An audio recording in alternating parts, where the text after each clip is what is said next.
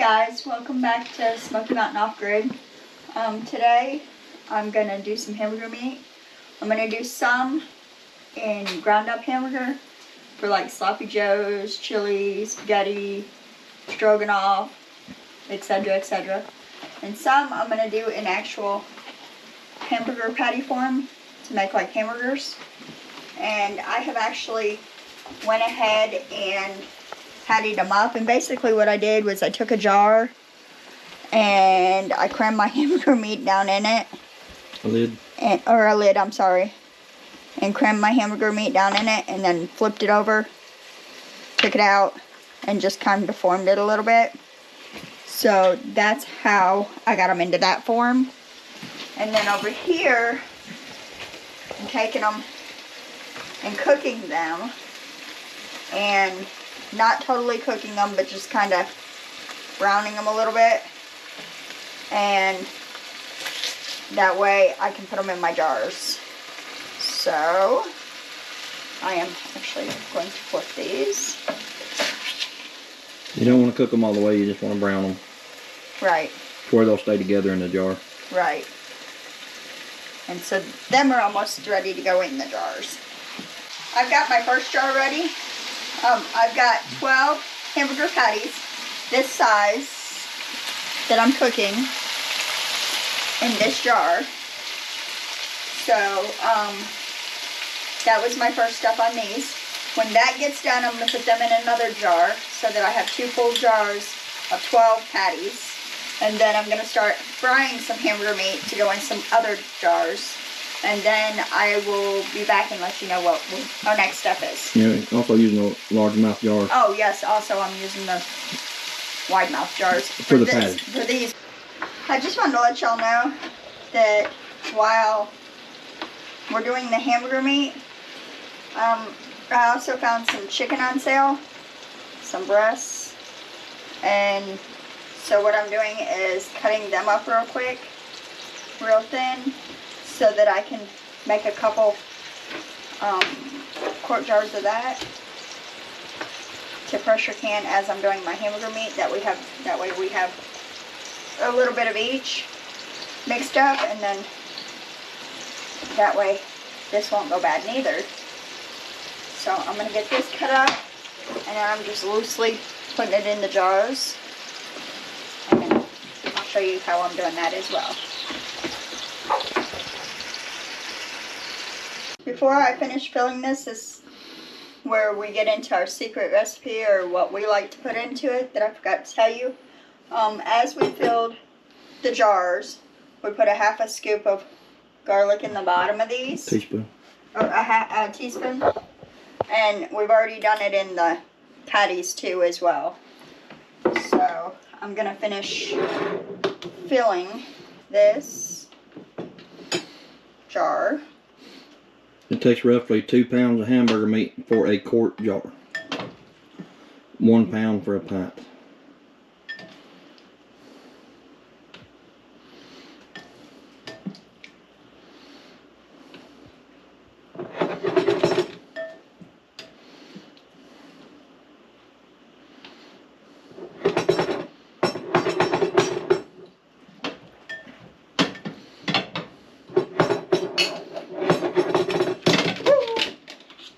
That should be good. You fill up more than the other ones over there. Maybe. Just a little bit.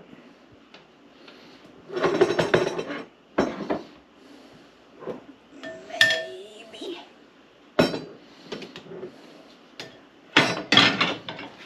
Ooh. And I'm sure Doggy would like the rest of that. Okay.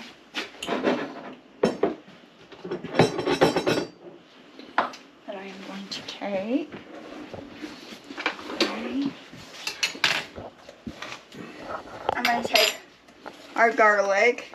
Like I said, we've already put some in the bottoms, but I am going to also put a little bit in the top of each of them, because we like the taste of garlic.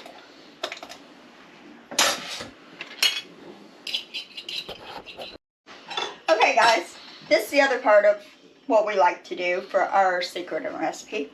These are beef bouillon cubes. And it takes 1 beef bouillon cube for every 8 ounces of water. So, but we like to put a little bit more than that.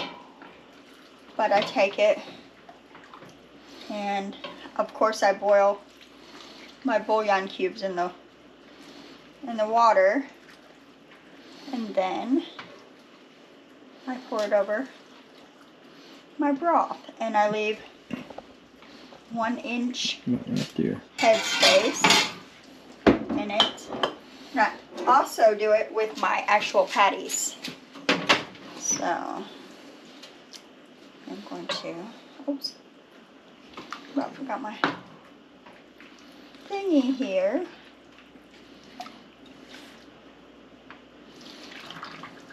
Oh. A little bit more. Plenty on that one.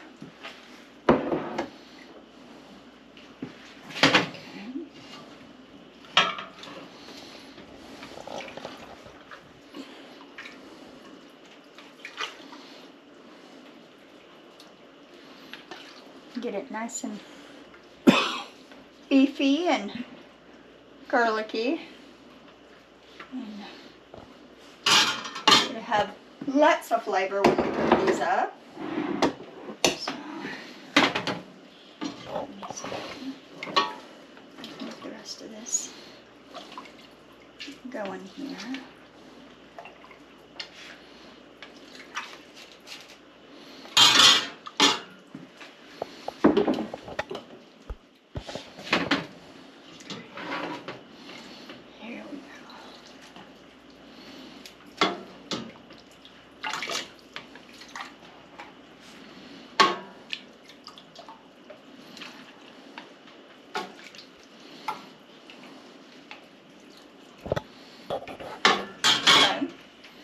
Then I'm gonna bring them back over here. I'm gonna just try to get the air bubbles out of it and get that garlic mixed in with the hamburger meat. Set that aside.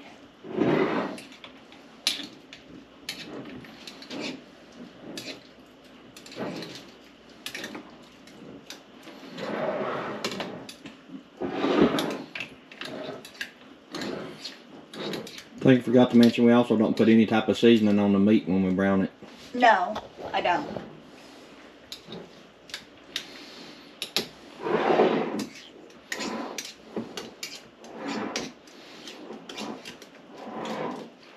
And I'm leaving 1 inch headspace. I don't know if I mentioned that or not.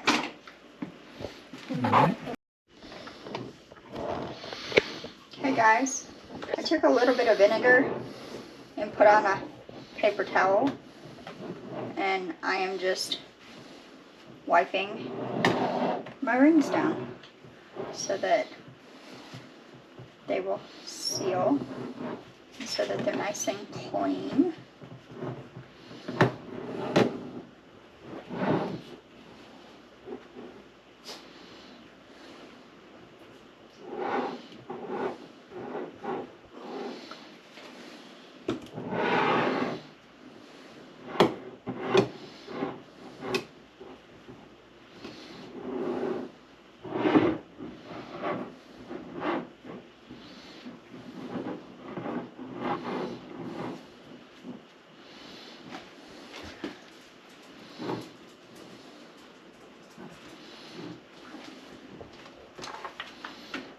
I'm going to take my lids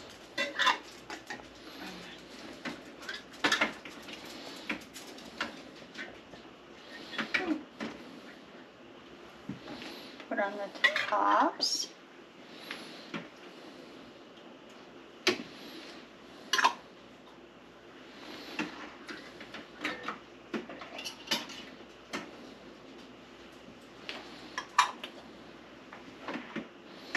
One thing also, just so everybody knows, if you don't brown the hamburger meat before you put it in here, and you pressure can it, it's going to be one big clump of cooked meat in there. So you have to figure out a way to get it out.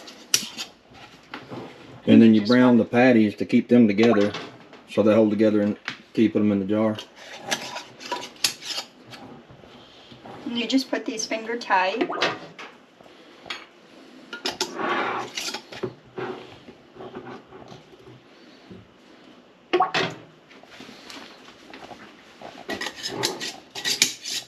if I turn them the right way, that would help.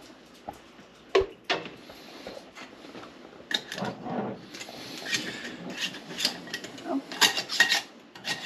That one don't want to go in. There it goes.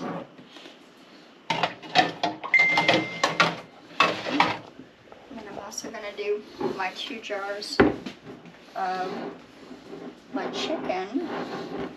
I want to go ahead and get them done too, so that we have a little bit of chicken to go with our canning stuff. Or, you know, I've done some, but I forgot to video it, so.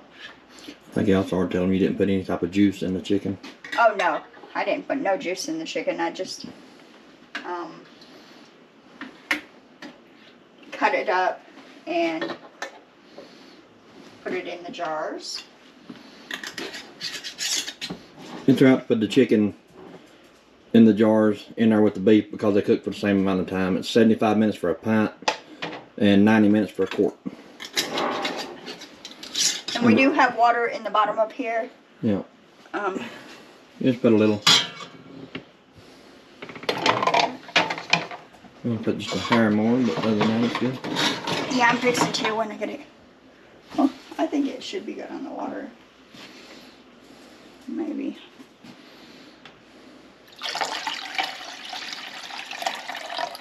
That should be good. But there's 7 quarts, 4 wide mouth and 3 regular. So I am going to put this on, and I am going to let it go until it starts venting. Once it starts venting, we'll be back. Okay guys, we got the valve up after it blew the steam out of the valve. The valve just come up, so I just put my weight on there. And I've got about 12 pounds of pressure on there, if you can see that little nozzle. And I'm going to start my timer for 1.5 hours, and we'll be back.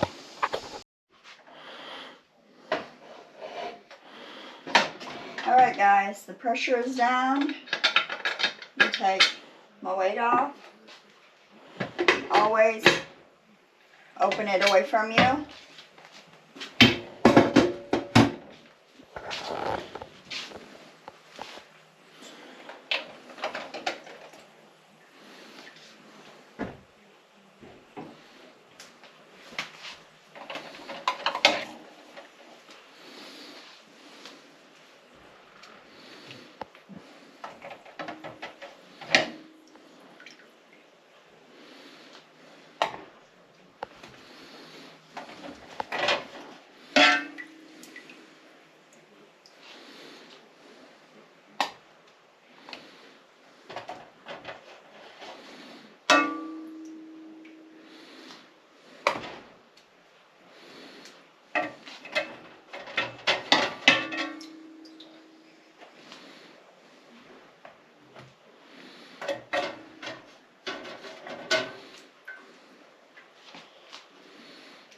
And there we go. And we let them sit until they cool down and the lids pop.